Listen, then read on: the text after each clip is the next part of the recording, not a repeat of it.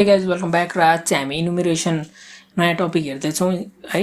इनम्स पनि भन्छौँ यसलाई। सी प्रोग्रामिङमा चाहिँ हाम्रो इनम टाइप मतलब इनुमेरेसन भनेको चाहिँ एउटा डाटा टाइप हो जुनमा चाहिँ हाम्रो इन्टिग्रल कन्स्ट्यान्टहरू हुन्छन् हैन। जुन चाहिँ हाम्रो अब नेम यिनीहरू फरक पर्ने हुन्छन्। यो अब हामीले प्रोग्राम रन गरेपछि थाहा पाउँछौँ। सो अब हामीले इनुमेरेसन डिफाइन गर्नको लागि चाहिँ हामीले इनम किवर्ड युज गर्छौँ। जस्तै अब एउटा एक्जाम्पल हेरौँ नर्मल इनम फ्ल्याग भनेर मैले राख्दिएँ, फ्ल्याग भन्ने डिक्लेयर गरिदिएँ र त्यहाँ मैले कन्स्ट्यान्ट 1 कन्स्ट्यान्ट 2 भनेर राखिदिएँ र कन्स्ट्यान्ट n सम्म छ। अब डिफल्टमा चाहिँ कस्तो हुन्छ भने कन्स्ट्यान्ट 1 को भ्यालु चाहिँ हाम्रो 0 हुन्छ, त्यस्तै गरी कन्स्ट्यान्ट 2 को भ्यालु 1 हुन्छ र त्यसै गरी नै हाम्रो गइरहन्छ। अब हामीले डिफल्ट भ्यालु पनि चेन्ज गर्न सक्छौँ इनम एलिमेन्टको है डिक्लेरेसनको बेला यदि हामीलाई चाहिएको बेला है त हामीले आवश्यकता अनुसार।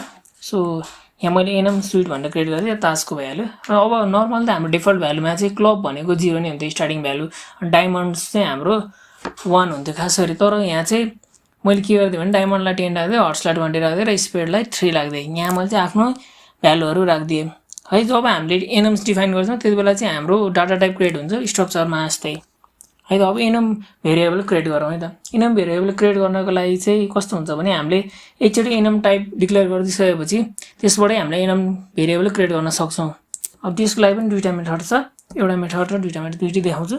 र यहाँ देख्न सक्छ इनम बुलेन भने मैले अफ र अन राखिदिएँ र डिक्लेयर गरिदिएँ enum variable enum Boolean flag भनेर राखिदिएँ यसरी।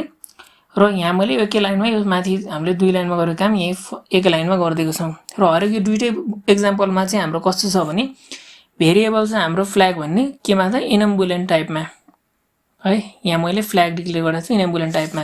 अब हामीले असाइन पनि गर्न सक्छौँ इनम भेरिएबलमा भ्यालुहरू।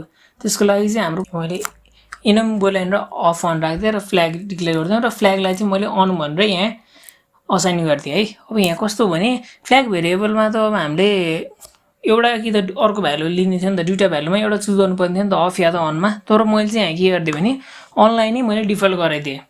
डिफल्ट भन्दा पनि मैले आफै पछि असाइन गराइदिएँ है त। अब एउटा यसको वर्किङ एक्जाम्पल हेरौँ इन्क्लुड studio.h र त्यस्तै गरी हामीलाई चाहिन्छ म चाहिँ यहाँ 7 दिनको गराउँछु विकको है। त्यसमा चाहिँ अब इनम विक भनेर डिक्लेयर गरिदिन्छु र सन्डे मन्डे ट्युसडे वेडनेसडे त्यस्तै गरी हामी जान्छौँ। र हामी मेन फङ्सनमा काम गरौँ। अब मेन फङ्सनमा चाहिँ हामी भेरिएबल क्रिएट गर्छौँ कुनमा त टाइप इनम विकमा हाम्रो विक छ यो टाइपमा चाहिँ हामी भेरिएबल डिक्लेयर गर्छौँ। सो त्यसको लागि चाहिँ मैले इनम विक टुडे भनेर राखिदिएँ। अब टुडेलाई चाहिँ म के गर्छु भने फ्राइडे राखिदिन्छु, फिक्स गरिदिन्छु। त्यस्तै गरी प्रिन्ट गर्छौँ हामी डे सेन्टी टुडे +1 गर्छौँ। टुडे +1 किन गरेँ भने म लास्टमा बुझाउँछु। र रिटर्न 0। सब रन गरिदिउँ यो कोड। सो डे 6 भनेको छ फ्राइडेको हिसाबले। अब यहाँ देख्न सक्छ हामीले चाहिँ फ्राइडे भनेर असाइन गरेको थियौँ इनम भेरिएबल टुडेमा चाहिँ है।